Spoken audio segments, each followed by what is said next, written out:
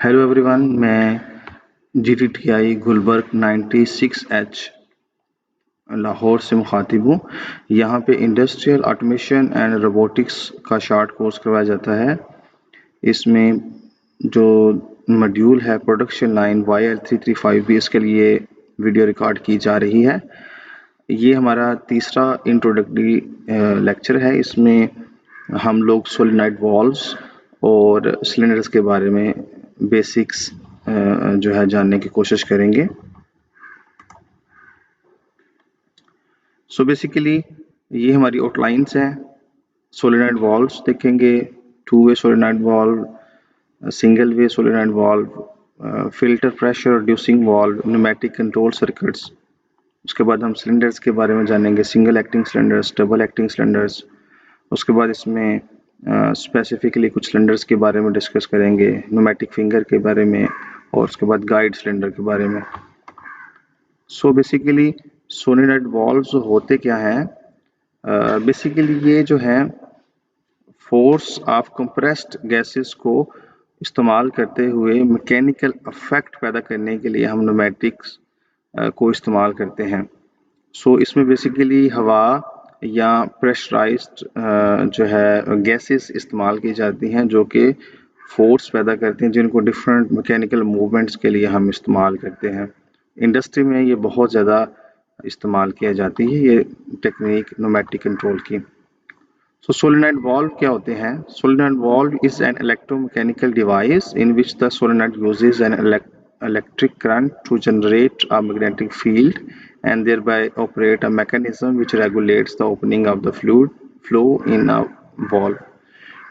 Basically इसमें हम लोग जो हैं ये एक इलेक्ट्रोमैकेनिकल है। इसमें बेसिकली हम इलेक्ट्रिकल सिग्नल देंगे जिसकी वजह से इस डिवाइस को कंट्रोल किया जाएगा, और कंट्रोल बेसिकली इसमें जो हवा की आमदोरफ्त होगी उसको हम कंट्रोल करेंगे through electromechanical device which is called solenoid.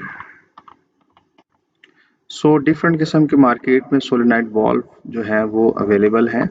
For example यहाँ पे आपको दिखाया जा रहा है कि इसका नाम है जी टू वे सोलेनॉइड वॉल्व।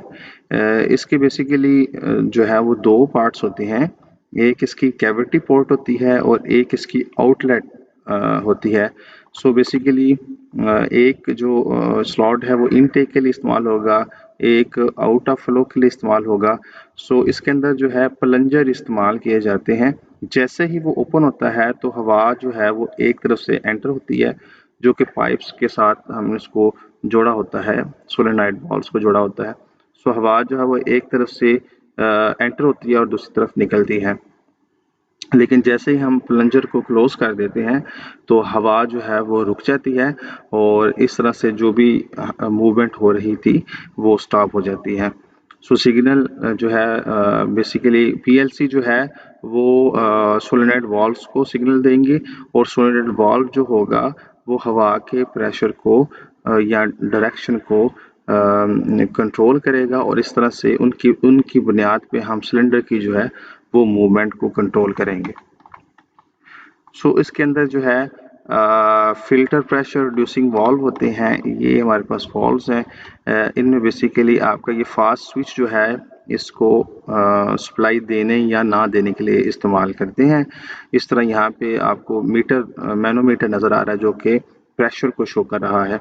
और उसके अलावा ये जो हमारे पास है प्रेशर रेगुलेटरी नॉब, इसके ज़रिए हम प्रेशर को जो है एडजस्ट कर सकते हैं। और यहाँ पे ये जो फिल्ट्रेशन और ड्राइंग सिस्टम है, ताकि हमारी जो हवा यहाँ से जो हमारे सिलेंडर्स को पहुँचे, जो हमारे सोलेनॉइड वॉल्व्स को पहुँचे, वो बिल्कुल साफ़ हो और उसमें जो है नमी वगैरह ना हो, तो उसको ख़त्म करने के लिए यहाँ पे फिल्ट्रेशन और डाइंग सिस्टम जो है वो लगाया जाता है। आम तौर पे जो प्रेशर इसके अंदर हम रख सकते हैं एडजस्टेबल होता है 0 से लेके 0.8 मेगापास्कल, लेकिन हम लोग जो स्पेसिफिकली स्टैंडर्ड इस्तेमाल कर रहे हैं वो 0.5 और 0.6 के दरमियान में के राउंड इस्तेमाल कर रहे हैं। तो ये हमारे पास एयर पंप है, न्यूमेटिक पंप भी इसको कहते हैं। इसका ये काम होता है कि ये हवा को कंप्रेस करने के लिए इस्तेमाल किया जाता है, ताकि हम इस जो हवा की फोर्स है उसको सिलेंडर्स को जो है मूव करने के लिए हम इस्तेमाल कर सकें। तो ये एक आपके सामने जो है फीडिंग स्टेशन, जो कि हमारा पहला स्टेशन था, फीडिंग यूनिट, जो जिसमें हम जो आपको लास्ट लेक्चर में हमने डिस्कस किया था। तो उसके बेसिकली दो सिलेंडर्स होते हैं, एक को हम कहते हैं पुशिंग सिलेंडर, एक को हम कहते हैं स्क्वीजिंग सिलेंडर। तो ये पुशिंग सिलेंडर जो है, इसके यहाँ पे सेंसर से शो किए हुए हैं, मैग्नेटिक स्विचेस शो किए हुए हैं, इसी तरह स्क्वीजिंग के भी जो है मैग्नेटिक स्विच शो किए हुए हैं। और यहाँ पे आपको नज़र आ रहा है कि ये बेसिकली आपके सोलेनॉइड वॉल्व्स हैं, और हवा की जो मूवमेंट, जो कि बेसिकली गैस यहाँ से एंटर होती है और उसको जो है हम फिर डिफरेंट सिलेंडर्स को जो है हम इसको थ्रू सोलेनॉइड वॉल्व्स प्रोवाइड करते हैं।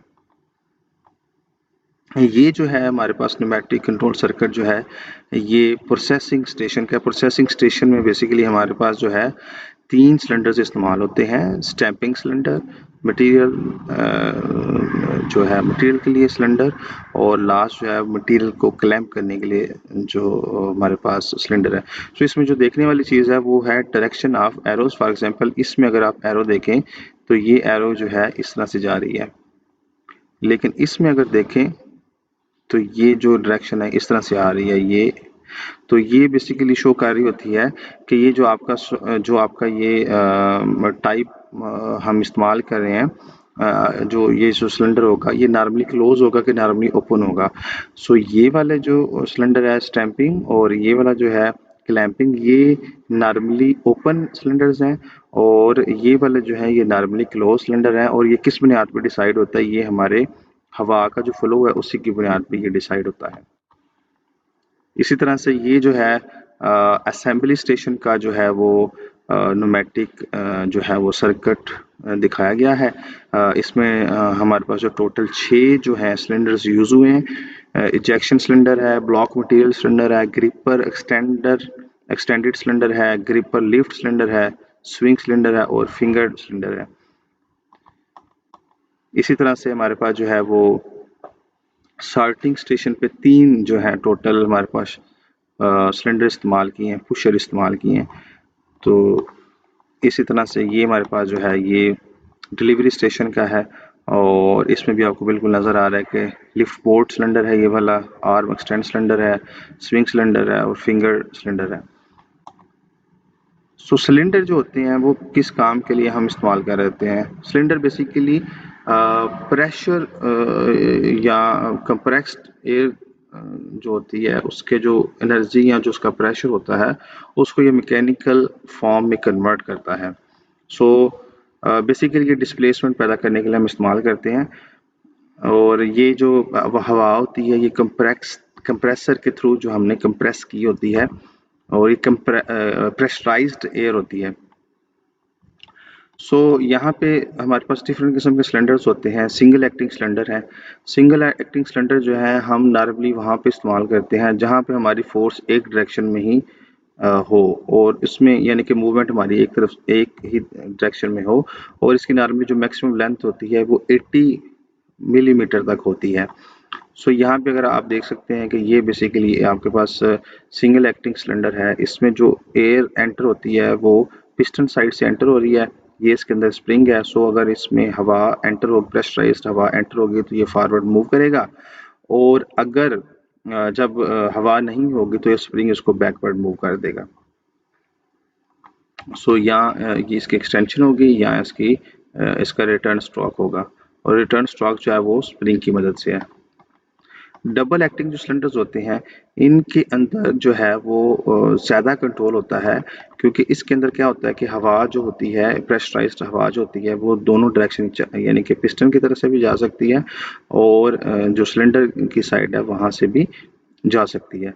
तो अगर हवा जो है पिस्टन वाली साइड से एंटर होगी तो ये साइड पर एग्जॉस्ट बन जाएगी, तो ये फॉरवर्ड या एक्सटेंड हो जाएगा। सिमिलरली अगर जो है ये हवा इस तरफ से एंटर होगी तो ये वाला जो पार्ट है ये एग्जॉस्ट बन जाएगा। सो हवा इधर से एंटर होगी तो ये इस तरह से बैकवर्ड मूव करेगा। तो इसमें जो आपको टू वे जो सिलेंडर्स होते हैं, इसमें आपने फोर्स को दोनों तरफ से यूज़ कर सकते हैं। सिलेंडर्स के डिफरेंट टाइप्स हैं। फॉर एग्जांपल ये फिंगर टाइप सिलेंडर है जो कि ऑब्जेक्ट को ग्रिप करने के लिए इस्तेमाल कर सकते हैं। ये पेन टाइप सिलेंडर हैं जो कि एक लीनियर मोशन जनरेट करने के लिए यूज़ किए जाते हैं। और ये वाले जो हैं ये हमारे पास रोटरी सिलेंडर्स हैं जो कि क्लॉकवाइज या एंटी क्लॉकवाइज रोटेशन के लिए हम इस्तेमाल कर सकते हैं। उसके बाद जो सिलेंडर्स जो हैं उनको मुख्तलिफ एप्लीकेशन में इस्तेमाल करने के लिए उसका एक पूरा सेटअप लगाया जाता है उसकी सेफ्टी के लिए। तो इसमें से एक जो एग्जांपल है वो हमारे पास गाइड सिलेंडर की है, और जो हमारे पास जैसे कि ये हमारे पास एक आपको नज़र आ रहा है सिलेंडर, तो इसके साथ एक पूरा एक गाइड का सेटअप लगा हुआ है। ये आपके पास रॉड्स हैं और ये जो इसके अंदर दो स्लॉट्स बने, दो रॉड्स हैं तो दो स्लॉट्स बने हुए हैं, और ये जो पूरा ये जो हमारा सिलेंडर है ये इन रॉड्स के साथ अटैच है। सो जब ये फॉरवर्ड मूव होगा तो ये पूरे का पूरा यानी कि ये सिलेंडर वाला जो पार्ट है ये भी, और ये जो रॉड है ये भी जो है आगे मूव करेंगे। इसका मेन मकसद ये है कि आपका जो वर्क है उसमें वर्क की नोयत के हिसाब से स्टेबिलिटी लाने के लिए हम यूज़ कर रहे हैं। सो जैसे कि इसमें दिखाया गया है कि ये जो है ये जो सिलेंडर है ये रॉड्स के साथ कनेक्टेड है। सो इसकी जो मूवमेंट है उसके इस ये जो आपके पास रॉड्स हैं ये भी उसी तरह से गाइड रॉड जिनको कहते हैं ये भी उनके साथ मूव करेंगे। सो अगर आपने कोई हैवी ऑब्जेक्ट आगे लगाया हुआ है, जैसे कि इस एप्लीकेशन में भी आपको नज़र आ रहा होगा कि आपके साथ ड्रॉप सिलेंडर है और उसने ऑब्जेक्ट को पिक करना है, तो ये पूरा सेटअप इसके साथ अटैच है। सो आपके सिलेंडर की सेफ्टी और जो है ना पूरा यूनिट की सेफ्टी के लिए हम लोग जो है ये गाइड सिलेंडर को हम इस्तेमाल कर सकते हैं। न्यूमेटिक फिंगर्स भी इस्तेमाल की जाती है, जैसे कि हमने पहले डिस्कस किया है, तो ये ग्रिप करने के लिए इस्तेमाल की जा रही है। लेकिन मोस्टली जो हम इस्तेमाल करते हैं उसमें स्लाइडिंग रेल टाइप होती हैं। स्लाइडिंग रेल टाइप होती है, उसमें जो होता है आपका जो ग्रिप होता है वो आगे या फ्रंट या बैकवर्ड जो है मूव कर सकता है। सो बहुत शुक्रिया। उम्मीद करता हूँ कि आज के लेक्चर की आपको बेहतर समझ आई होगी। ये हमारा इंट्रोडक्शन का तीसरा लेक्चर था, और छठे लेक्चर से हम लोग जो हैं पाँचवें या छठे लेक्चर से हम लोग जो हैं पीएलसी प्रोग्रामिंग की तरफ आएंगे। तो हमारे साथ जुड़े रहिएगा ताकि आपको ऑटोमेशन के बारे में बेहतर जो है वो नॉलेज मिल सके। आप लोगों का बहुत बहुत शुक्रिया। अल्लाह हाफिज़।